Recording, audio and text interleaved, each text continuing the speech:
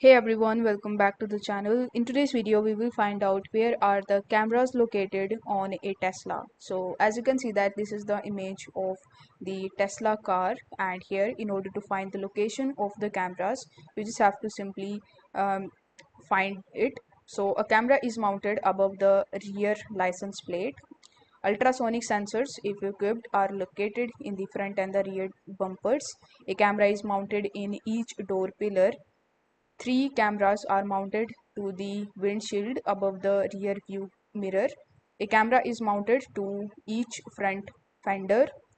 Radar, if equipped, is mounted behind the front bumper.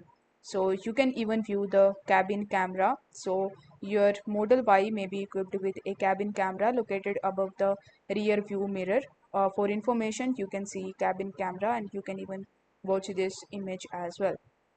So these are the locations of the camera in your Tesla. So thanks for watching this video. I see you next time.